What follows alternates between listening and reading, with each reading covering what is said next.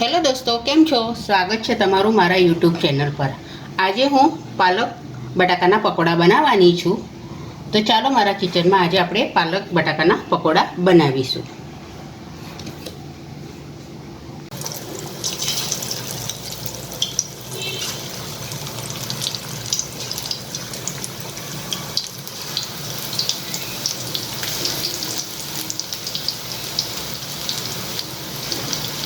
हवे आने आपणे थवा दईशुं गोल्डन क्रिस्पी थवा माटे।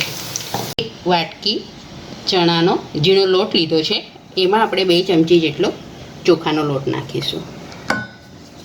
હવે આમાં આપણે મસાલો કરીશું।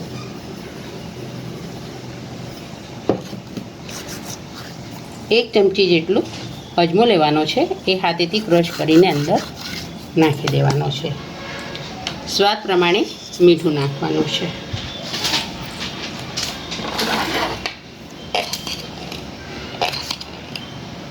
5 ચમચી જેટલો ખાવાનો સોડા નાખવાનો છે। હવે આપણે આને પહેલા મિક્સ કરી લઈશું।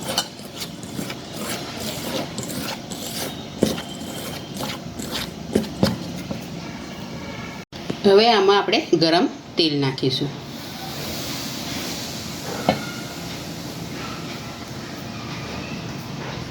તેલ ગરમ છે એટલે પહેલા આપણે ચમચીથી હલાવી લઈશું।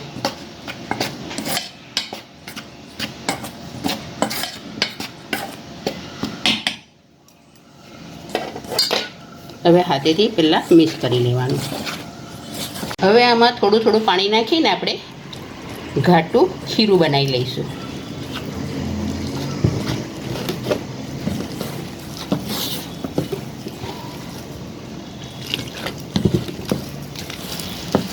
હવે એક મોટો બાઉલ લીધો છે સ્ટીલનો। હવે એમાં આપણે પાલક નાખીશું। આ પાલક મેં ધોઈને ઝીણી સમારી લીધી છે। लगभग 100 ग्राम જેટલી પાલક છે।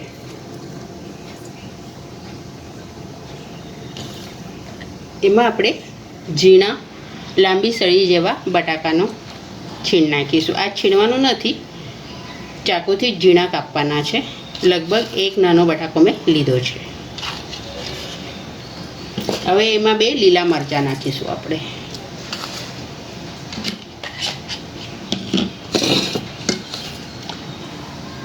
હવે આમાં આપણે જે ખીરું બનાવ્યું હતું એ ખીરું આપણે હવે આમાં નાખી દઈશું।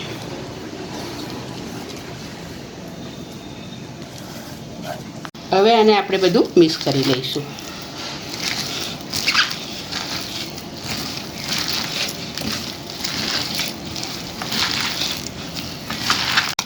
હવે આ તૈયાર છે પાલક બટાકાના ક્રિસ્પી ભજીયાનું ખીરું। હવે આપણે ભજીયા ઉતારી લઈશું। હવે આપણું તેલ ગરમ થઈ ગયું છે। આપણે જે ખીરું બનાવ્યું છે એના પર પહેલાં આપણે તલ ભભરાઈ દઈશું અને હવે આપણે પકોડા ઉતારી લઈશું।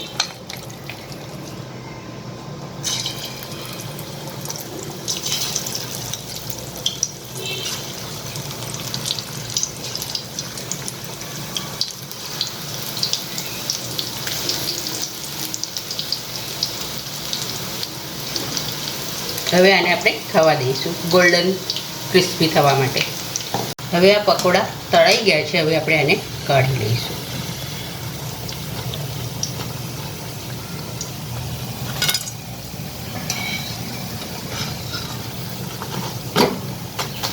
હવે આપણા પકોડા પાલક ને બટાકાના પકોડા તૈયાર થઈ ગયા છે। હવે આપણે સર્વ કરીશું। આ ખાવામાં બહુ ટેસ્ટી લાગે છે। ગમે ત્યારે તમે બનાવી શકો છો।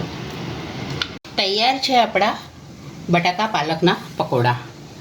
આ પકોડા સ્વાદમાં બહુ જ ફાઇન લાગે છે, ક્રિસ્પી પણ થાય છે। તમે સેજ આમાં ચોખાનો લોટ નાખશો ને તો બહુ જ ક્રિસ્પી થાય છે અને ખાવામાં પણ બહુ ટેસ્ટી લાગે છે। તો તૈયાર છે આપણા પાલક બટાકાના પકોડા। તમને આ વિડીયો ગમે હોય તો લાઈક કરજો અને ચેનલ પર નવા હો તો સબસ્ક્રાઈબ કરજો।